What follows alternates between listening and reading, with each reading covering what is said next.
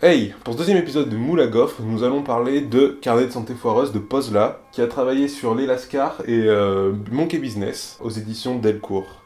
Un format carré de 368 pages, un sacré pavé, ce qui est assez inhabituel en bande dessinée. C'est excellent. Depuis toujours, Pozla a mal au ventre, ça fait partie de son quotidien. Il a l'habitude du caca mou et a lié une relation très spéciale avec ses toilettes. Il trouve ça quand même bizarre, tous les médecins lui disent que c'est dans sa tête et qu'à coup d'antidépresseurs, ça irait mieux, ou un mode de vie un peu plus sain. Il adopte donc un style de vie sain, spliff, kebab, graffiti. À 18 ans, les choses s'aggravent.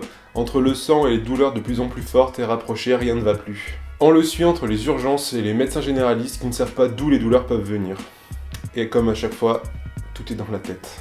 Puis un jour, alors que sa femme est enceinte, il imagine que toutes ces douleurs sont peut-être liées à la maladie de Crohn. Cette bande dessinée est un témoignage fort et saisissant sur la maladie qui le ronge de l'intérieur depuis son enfance. Le récit non linéaire décrit le chemin qu'il mène dans le milieu hospitalier, souvent difficile à comprendre quand on le voit de l'extérieur. Il a une approche didactique de ce monde, expliquant par des schémas très simples ce que lui avait besoin de comprendre, et il veut comprendre donc il décrit.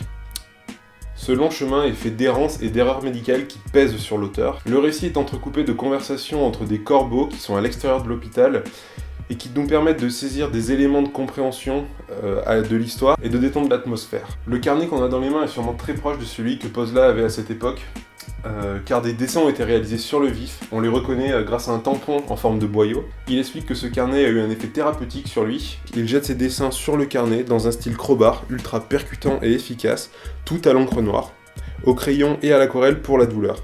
Les dessins transpirent la sincérité et la douleur, Pozla en a chié et ça nous secoue. En bref, c'est beau, c'est saisissant, ça donne des frissons et ça fait rire aux éclats. Cette BD nous plonge dans un témoignage brut d'une épreuve de vie. Le dessin dépasse les mots et chacun peut retrouver ou entrevoir l'impact qu'a la maladie sur le corps ou la vie. C'est une BD hybride et personnelle, le tout avec beaucoup d'humour et d'autodérision. Donc, bravo. Comme d'habitude, n'hésitez pas à liker et à partager si vous avez aimé la vidéo et si vous voulez m'aider à faire connaître la chaîne. Et d'ici la prochaine vidéo, continuez à lire de la bande dessinée. Ciao!